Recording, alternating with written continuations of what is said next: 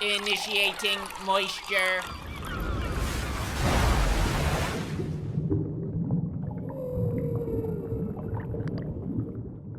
What the fuck is up, wet enthusiast? Welcome to the Moist Meter, and I am beyond excited to talk about the new Predator movie. This is the best bad movie I've seen in theaters in a very long time. No matter how you look at this movie, it's super shit. From its story to its characters to just about every component of this movie, it's all fucking bad. But it is very enjoyably bad. This is probably the most fun I've had in a movie theater in a long time. The audience was laughing at the movie, and even at times laughing with the movie. From the very first scene, it looks like you're watching like a puppet show. For some reason, the whole movie looks bad. Like, nothing in this movie looks good. It all looks very low budget and very low effort. And that adds to the charm of this movie so fucking much. From the first scene, you know you're in for a catastrophic disaster of a film. But what you don't know from the first scene is how fun that ride is going to be. And let me just go ahead and say, this movie doesn't work at all as an action movie. It's a super shit action movie. But it works really well as a comedy slash kind of gory action movie. They use let's just go ahead and explain this. There's some characters in here that are comic relief characters, and there's some actual good comedy writing. All of the action is bad. In every department there, it's a complete failure. But in the comedy side of things, they do get a few things right. And they even use some of the action for comedy, and they use it well. Like the physical comedy here, like a man's face getting blown off, it's done in comedic ways sometimes. And then sometimes unintentionally comedic, where the Predator will throw a guy pretty lightly against a wall, and then all of a sudden his fucking arms and legs shoot off and there's blood everywhere. It's like a fucking Mr. Potato Head exploding. I don't know why everyone's so fragile in the universe here. But it seems it points it's self-aware and it doesn't take itself seriously. And then other times it does seem like it's taking itself way too seriously. But it doesn't matter because neither one of it detracts. The dichotomy doesn't really matter because the movie is still so goddamn bad fun to watch. Holy shit. Now, let me go ahead and give you the story. So the Predator comes to Earth. He's getting hunted by a super predator.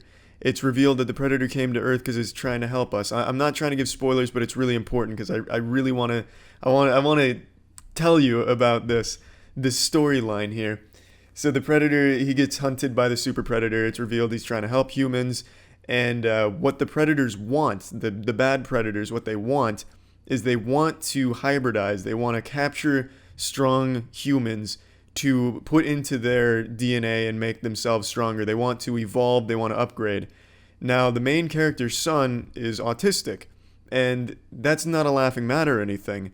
However, what they do with the kid is just ridiculous. The predators want to capture the kid so that way they could absorb his autism. The predator's main goal is to capture autism and bring it to their species. That's the whole driving factor to the predator species. It'd be like if Perfect Cell in Dragon Ball Z needed to reach the perfect level by absorbing a geriatric patient's dementia. I don't understand what the thought process was when they wrote this. A kid having autism, that's not anything laughable. But when you make the plot point, we are going to take your autism and infect our species with it to evolve, that's just ridiculous. You can't help but laugh about that. That's so fucking insane. And that is the actual plot line to this movie. Now, you're probably not going to go to the Predator movie to really care about the plot, so that's not important. You're going to go there for some action, blood, guts, and tits. There's no titties here, but there are some blood and guts, and there's a little bit of action. All of it's done very poorly, like I said. But sometimes they use that action in a comedic way. For example, one of the main antagonists ends up blowing his head off by accident, and it's good comedic timing. It's well executed.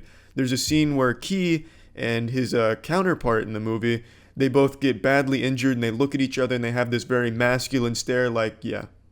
They shake heads, then they each point a gun at each other and shoot each other at the same time. It's the fucking action, the comedy here is played into the action at points, it seems. I don't know if it's intentional or not, but fuck me, it was so goddamn entertaining. It was really, really fun to watch this movie. It's so bad. It's a really bad movie. I need to stress that. But I can't recommend this movie enough. I don't think you're going to find another movie in theaters right now that you're going to have more fun in. This is just so fucking shitty bad. I could keep talking about why it's bad, but I don't need to. All you need to know is it's bad enough to be extremely enjoyable. Let's go ahead and plug this shit into the Moist Meter. I'm giving the new Predator movie a 30%. That's speaking objectively. going by pure entertainment, it's a lot higher because, like I said, this is the most fun I've had in a movie theater in a while. But it's an objectively super bad movie.